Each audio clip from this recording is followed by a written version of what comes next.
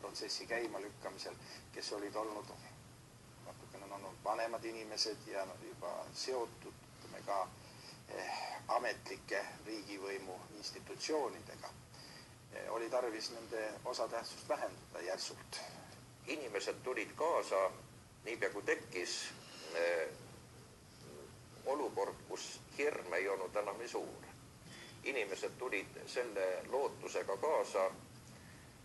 Tõsi, algul ju hirmutati, et te panete ennast kirja uuele Siberi rongile. Ja 89. aasta lõpuks sai päev selgeks, et seekord see rong ei lähe Siberisse, vaid läheb demokraatlikusse vabasse läände. Ja siis hakkasid rongile hüppama juba need, kes seni kõhtlesid, kaasa arvatud Eesti Kompartei liikmed, kohaliku võimutegelased, sest keegi ei tahtnud sellest uuest rongist enam maha jääda. Märtsiks 90 oli kodanike peakomiteede poolt kavandatud Eesti kongress. Mõni aeg enne seda, 6. märtsil, murti sisse peakomitee ruumidesse ja varastati arvutid. Ainult lihtsameelne võib seda pidada labaseks vartuseks. Tolle päeva eelõhtul proua Pärnaste läks veel ukselt tagasi mingisugusest seletamatust tundest lähtudes, et ta tundis, et on vaja kõik need materjalid kopeerida ja ta võttis need ketastele ja lahkus koos ketastega.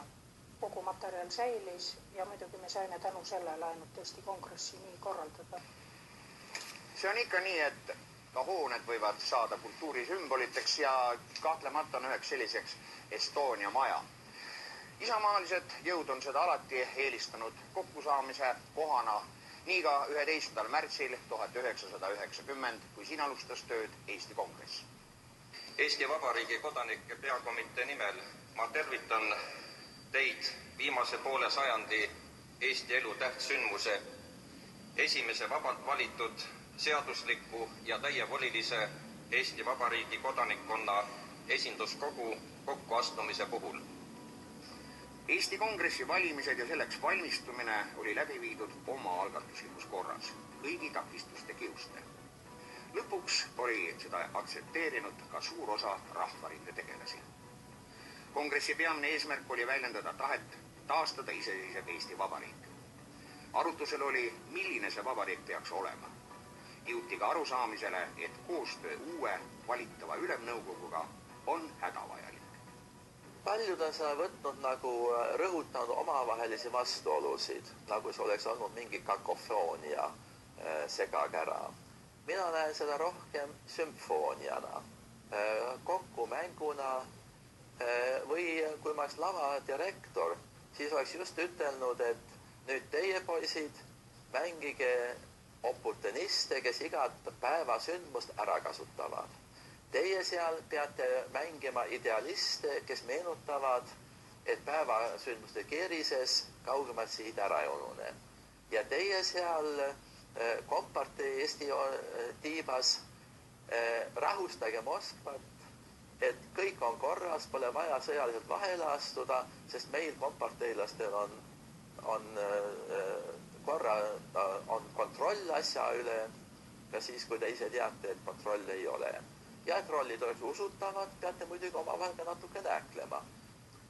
Ja kui ma tahaks neid jõudusid tagantjärgi laval paremini ümber seada, et natuke rohkem RSB-d ja natuke vähem komparteid või midagi, mina ei oskaks neid osi paremini üles seada, kui nad spontaanselt välja kukkusid. Vaid nädal pärast Eesti kongressi toimusid Eesti NSV ülemnõukogu valimised. Selles osales mitmeid uusi rühmitusi, teiste hulgas Vaba Eesti.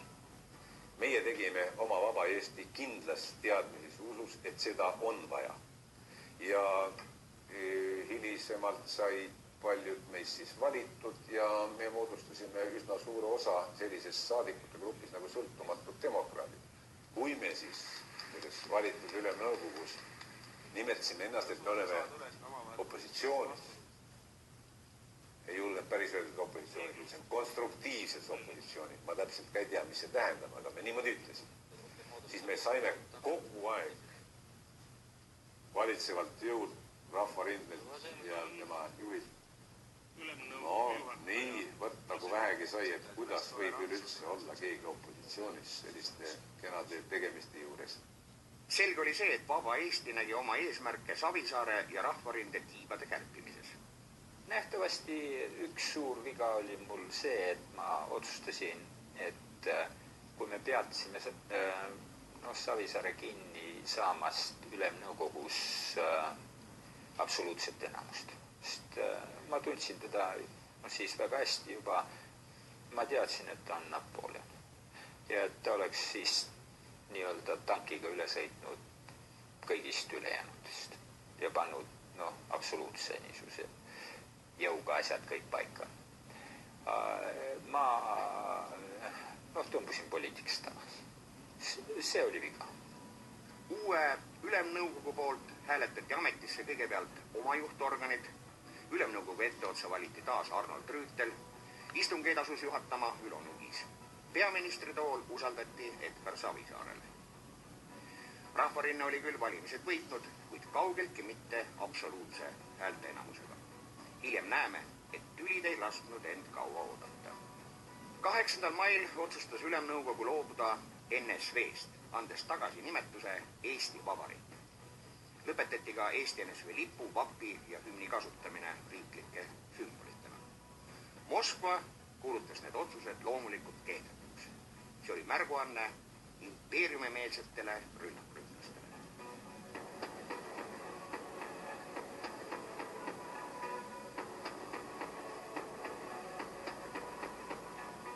Poleks osanud arvatagi, et neid Toompea lossi raskeid mitu tonni kaaluvaid väravaid ka tegelikult vaja läheb veel eelmise sajandi viimase kümnendini. Aga just nii juhtus 15. mail 1990.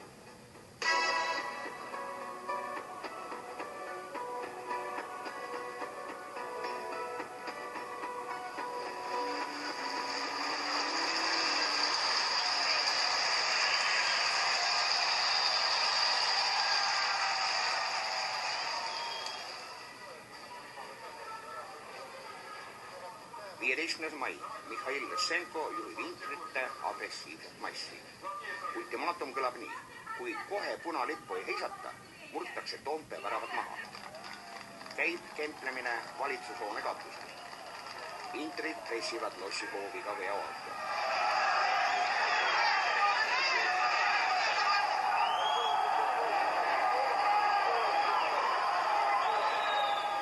Sel ajal andis Eesti Raadio edasi valitsusjuhi pöördumise rahva poole. Sisuliselt oli see appikutse ja efekt oli momentaalne. Jäi aga oht, et toimus verine kokkupõrge, sest Vene kirikus oli Intrite automaatrid.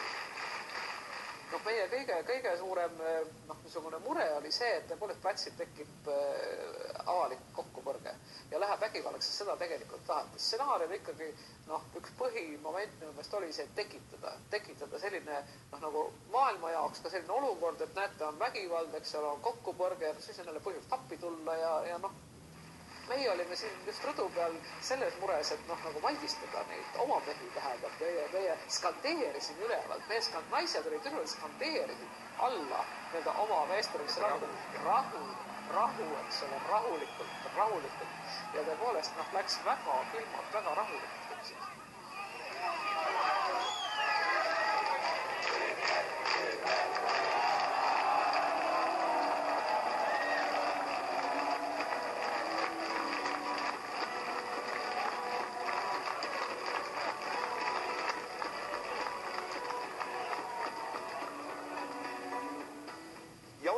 Oma ajaloomeenutustega jõudnud Eesti vabadusaastasse 1991. Sellest aga jätkame juba 19. augustil. Kohtumisel.